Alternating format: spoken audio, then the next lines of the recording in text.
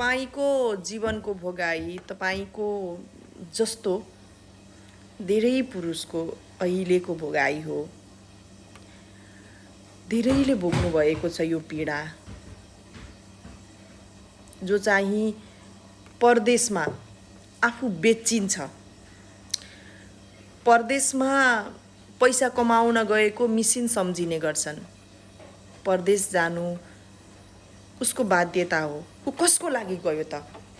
ऊ छोराछोरीको लागि भन्दा पनि ऊ आफ्नो श्रीमतीलाई खुसी राख्न, श्रीमतीलाई सुखी बनाउन, श्रीमतीको हरेक इच्छा चाहना पूरा गर्न, श्रीमतीलाई हाई लेभलमा राख्न, श्रीमतीको एक मुस्कान, एक खुसीको लागि त्यो श्रीमान परदेशमा आफैले आफैलाई बेचिन्छ। ऊ श्रीमतीको खुसीको लागि मात्रै बाँचेको हुन्छ। तर त्यसको बावजुद त्यो छोरा मान्छेले, त्यो पुरुषले के पाउँछ भन्दा त्यही श्रीमतीबाट यातना, मानसिक टर्चर, डिप्रेसनको शिकार पाउने गर्छ। लाज लाग्दैन? वर्षौंसम्म उसले तिमी श्रीमतीको लागि यति धेरै त्याग गर्यो। आफ्नो सारा जिन्दगी उसको पनि त आफ्नो खुसी थियो होला। आफ्नो देशमा, आफ्नो बाउआमा, आफ्नो श्रीमती, आफ्नो छोरा, बढ्दै गएको छोरासँगै सँगसँगै समय बिताउन उसको पनि त इच्छा थियो होला। उसको बाध्यता हो परदेशमा बस्ने, उसको इच्छा त थिएन नि त। तिमीलाई राम्रोसँग थाहा थियो मेरो खुसीको लागि मेरो श्रीमान आज परदेशिएको हो। तिमीले कुनै दिन सोच्यौ मेरो श्रीमानको इच्छा पनि त थियो होला, मेरो श्रीमानको पनि त रहर थियो होला। श्रीमतीसँग बस्ने, छोरासँग खेल्ने उसको पनि त इच्छा थियो होला। श्रीमानको त कदर गरेनौ, श्रीमानको त्यागको कदर तिमी श्रीमती भएर गर्यौ। संसारमा जसलाई धेरै प्रेम गर्नुहुन्छ, जसलाई धेरै विश्वास गर्नुहुन्छ नि, उसले नै अक्सर धोका दिने गर्छन्, उसले नि अक्सर लात हान्ने गर्छन्। लाज शरम लाग्दैन? घृणा लाग्यो तिमीलाई त महिला भन्नमा, मलाई त घृणा लाग्यो तिमीलाई महिला भन्नमा। त्यो श्रीमान तिम्रो लागि सबै थोक त्यागिराखेको थियो। किस्मतमा सिरी लेखेर जन्मेपछि मात्रै हो यस्तो श्रीमान पाउने, जो एक श्रीमतीको लागि मर्यादै गर्छ। म के भन्छु भने एउटा भनाइ नै छ क्या, महिलाहरूलाई हैन, स्वास्नी मान्छेहरूलाई, छोरी मान्छेहरूलाई सुख धेरै पस्दैन अरे। र अक्सर छोरा मान्छेले आफ्नो श्रीमतीलाई फुल जस्तै राख्नु, हदभन्दा ज्यादा सुख, समृद्धि, सम्पत्ति दिनु भनेको आफ्नो घर बर्बाद गर्नु अरे। यो छोरी मान्छेहरू धेरै सुख सुविधा पचाउन सक्दैनन् अरे। त्यही भएको हजुरको पनि तपाईले हदभन्दा ज्यादा आफ्नो श्रीमतीलाई गर्नुभएको विश्वास, माया र भरोसाको परिणाम तपाईले पाउने यही नै हो।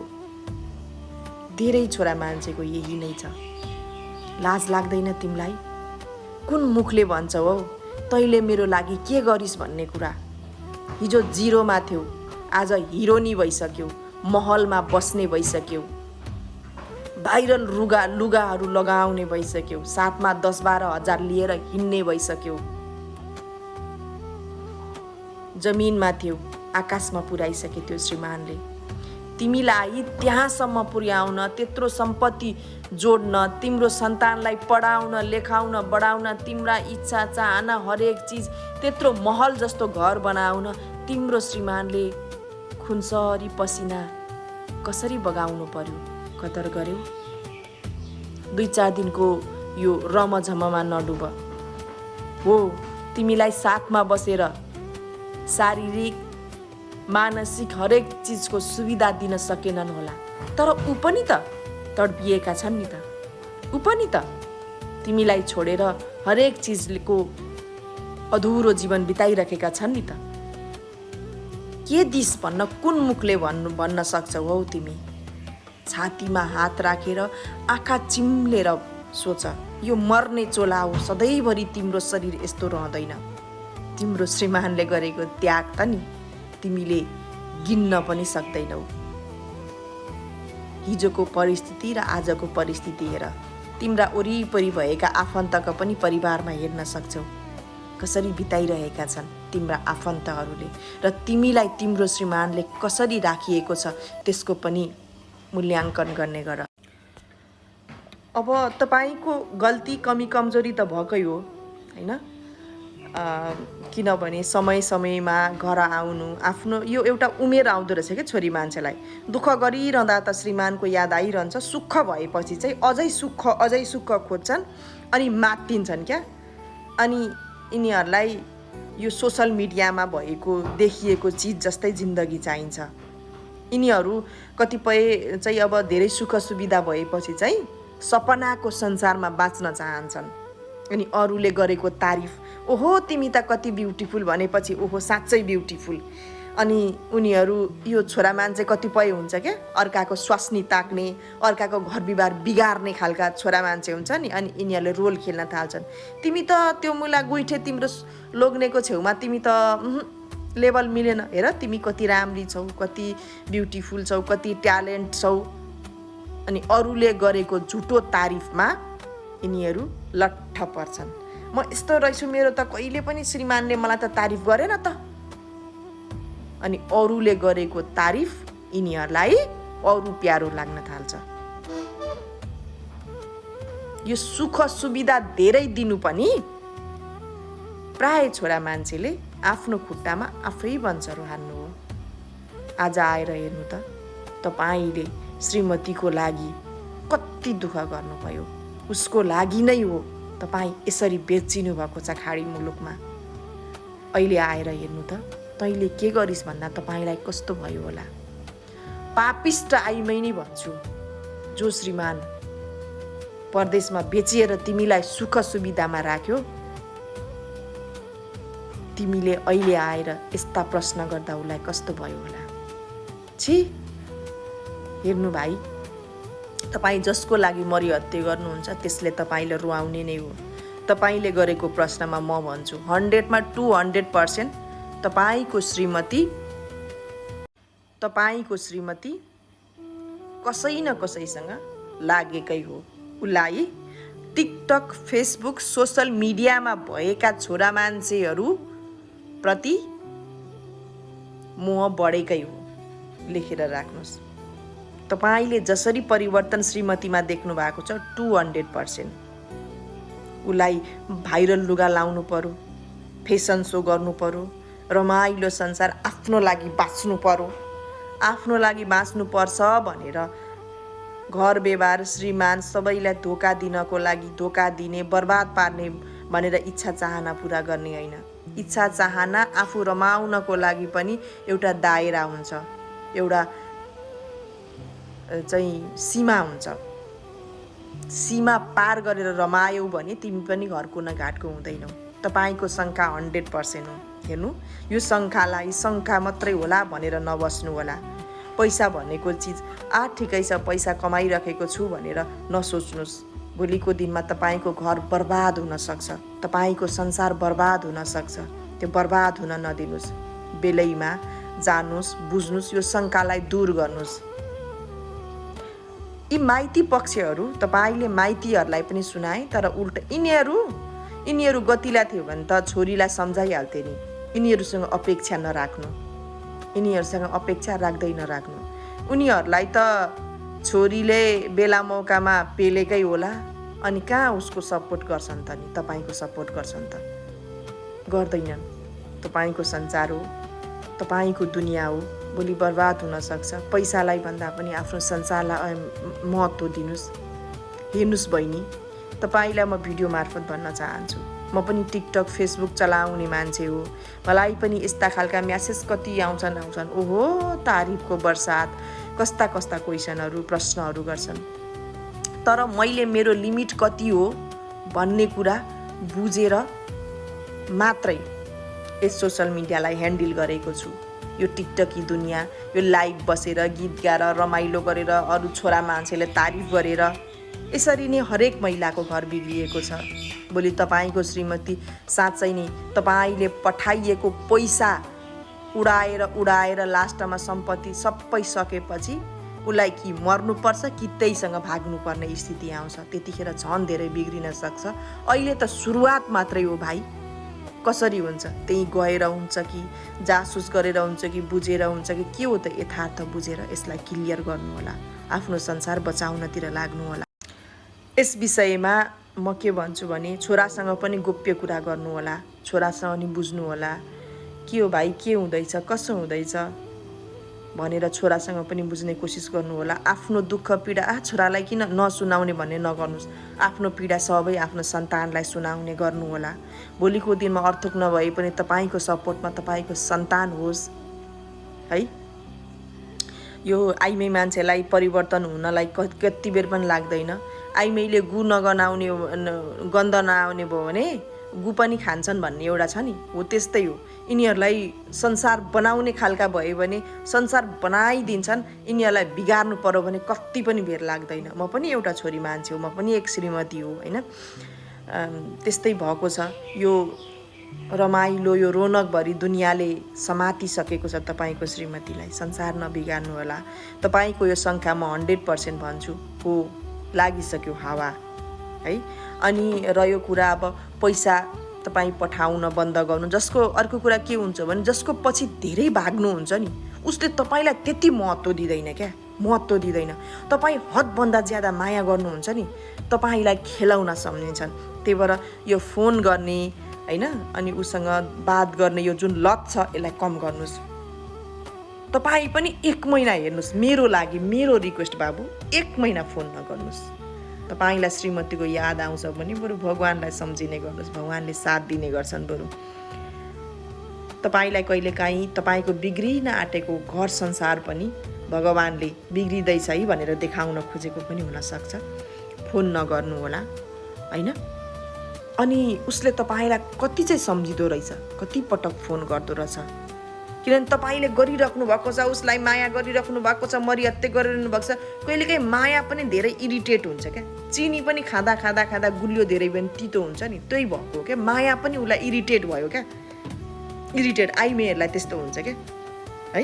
अनि त्यो हुनसक्छ। फोन नगर्नुहोस्, मतलब नगर्नुहोस्, एकदम मतलब नगर्नुहोस्। फोन गरिहाल्नुभयो भने पनि छोरासँग बोल्नुहोस्, बरु आमा बाबुसँग बोल्नुहोस्, तर श्रीमतीलाई एकदम बन्द गरेर हेर्नुहोस्। तपाईँले जसलाई कदर गर्नुभयो, जसलाई माया गर्नुभयो, जसलाई सारा संसार ठान्नुभयो उसले तपाईँको कदर गरेन, तपाईँलाई माया गरेन। तपाईँको मायालाई उसले कदर गर्न सकेन। अब तपाईँ पनि माया गर्नुहोस् तर नगरे जस्तै गर्नुहोस्, वास्तै नगरे जस्तो गर्नुहोस्। 1 महिना हेर्नुहोस्। कहिलेकाहीँ तपाईँ कसैको पछि बेसी भाग्नुभयो भने उसले अझै धेरै तपाईँलाई तडपाउँछ। त्यस कारणले अब तपाईँले वास्ता नगरेर हेर्नुहोस्। तपाईँले 1 महिनासम्म वास्ता नगरेपछि त सेलरी आउने बेलामा त फेरि आउन थाल्छ नि त। पैसा रुपैयाँ बन्द गर्नुहोस्, बन्द गर्नुहोस्। 2-4 महिना बन्द गरे पनि गर्नुहोस्। यदि तपाईँले पठाउनै पर्छ भने मलाई हिसाब किताब टोटल पठाउने, कहाँ कति के चाहिन्छ भनेर भन्नुहोस्। उसले डिटेल पठाउँछ, त्यही अनुसारले तपाईँले पैसा हालिदिनुहोस्। धेरै नबोल्नुहोस्। खै अब यस्तो भइरहेछ, कम्पनी यो भएको छ, त्यो भएको छ, पैसा अब आउँछ कि आउँदैन यस्ता कुराहरू भन्नु।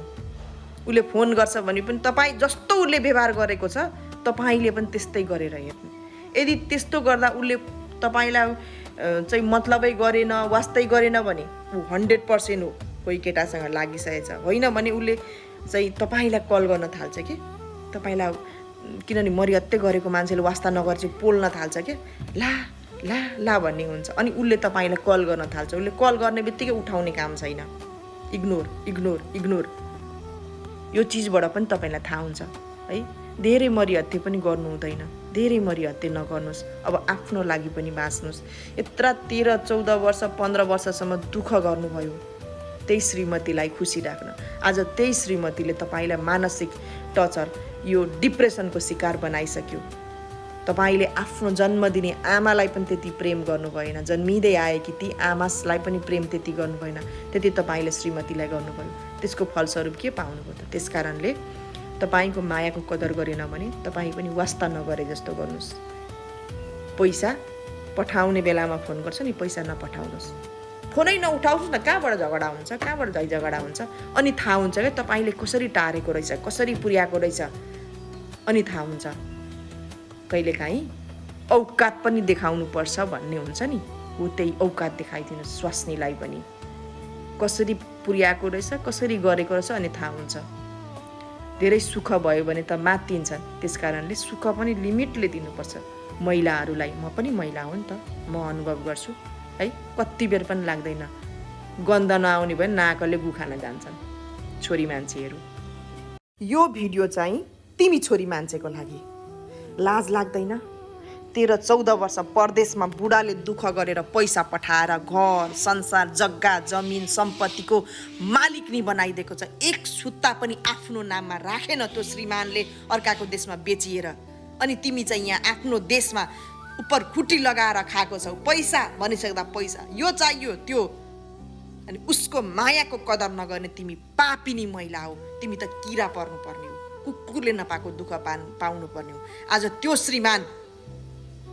श्रीमान आज तिमीलाई गाढो भयो, बोल्न अल्छी लाग्छ। श्रीमानले फोन गर्दाखेरि फोन उठाउँदैन। परदेशमा भएको मान्छे लाटो छ, तिमीले श्रीमानसँग बोल्दाखेरि अरूसँग रिप्लाई दिइरहेको उसलाई याद हुँदैन? तिम्रो नसा थाहा छ। तर ऊ आज पनि मेरो संसार नबिग्रोस्, मेरो छोराछोरीको घर व्यवहार नबिग्रोस्, मेरो छोराछोरी जिउँदै टुरो नहोस् भनेर तिमीसँग झुकिरहेको छ। पैसा कमाउने ऊ, दुःख गर्ने ऊ, सम्पत्तिको मालिक नि बनाइदिने ऊ, अनि उसैलाई तिमी देखि नसहने, उसैसँग बोल्न तिमीलाई अल्छी लाग्छ। अनि रस त अरूसँग डुबिसकेपछि त आफ्नो श्रीमान त गाढो भइहाल्छ नि महोदय, रिस उठिहाल्छ नि। अब त तिमीलाई त सम्पूर्ण भइहाल्यो। अनि पैसा सेलरी आउने बेलामा चाहिँ ओहो सेलरी आउने बेला भयो, लाज लाग्दैन? अनि त्यो सेलरी पठाउने मान्छेलाई कदर गर्नु पर्दैन? उसले चाहेको के छ? एकल राम्रोसँग बोल्देऊ, मिठो शब्दले बोल्देऊ, हँसिलो अनुहार बोल्देऊ। तिम्रो लागि ज्यान पनि निछावर गर्ने त्यो श्रीमान पापिनी आइमे होइन तिमी। हेर यो भाइरल चिज, यो भाइरल संसारमा यो भाइरल किरासँग नडुब तिमी। तिमीले कदर गर्यौ, तिमीले लाएका लुगा, तिमीले फेसन गरेका चिज, खाएका घुमेका ती चिज, ती पैसा, त्यो श्रीमानले कसरी पसिना होइन, पानीको पसिना होइन, खुनको पसिना बगाएको तिमीले कदर गर्यौ। पापिनी आइमै लाज लाग्दैन? बिचरा त्यो लोग्ने अर्काको देशमा बेचिएको छ, उसलाई कुनै दिन चाडबाड आएन, बिरामी बन्न पाएन, जिउ दुःख बन्न पाएको छैन, खटिएको छ, घोटिएको छ। मेरो श्रीमती यसरी पो खुसी हुन्छ कि, मेरो छोराछोरी यसरी पो खुसी हुन्छ कि, श्रीमतीलाई यति गर्दा पो खुसी हुन्छ कि, मैले यति पैसा पठाउँदा पो खुसी हुन्छ कि भनेर ऊ घोटिए ओभरटाइम बन्छ, के बन्छ। पैसाले मेरो श्रीमती खुसी हुने रहेछन्, म पैसा अझै कमाउँछु भनेर दुःख गरिरहेको छ। अनि त्यही लोग्ने देख्न नसक्ने पापिनी हैनौ तिमी? यो जवानी जिन्दगीभर रहँदैन। यो शरीर बोसो पग्ला तिग्रामा पनि हड्डी मात्रै रहन्छ। हेर कस्ता जवानी र रूपको घमण्ड देखाउनेहरू पनि आज छाला चाउरू परेका छन्। होस गर, कर्मभूमि हो, कुकुरले नपाएको दुःख पाउँछ।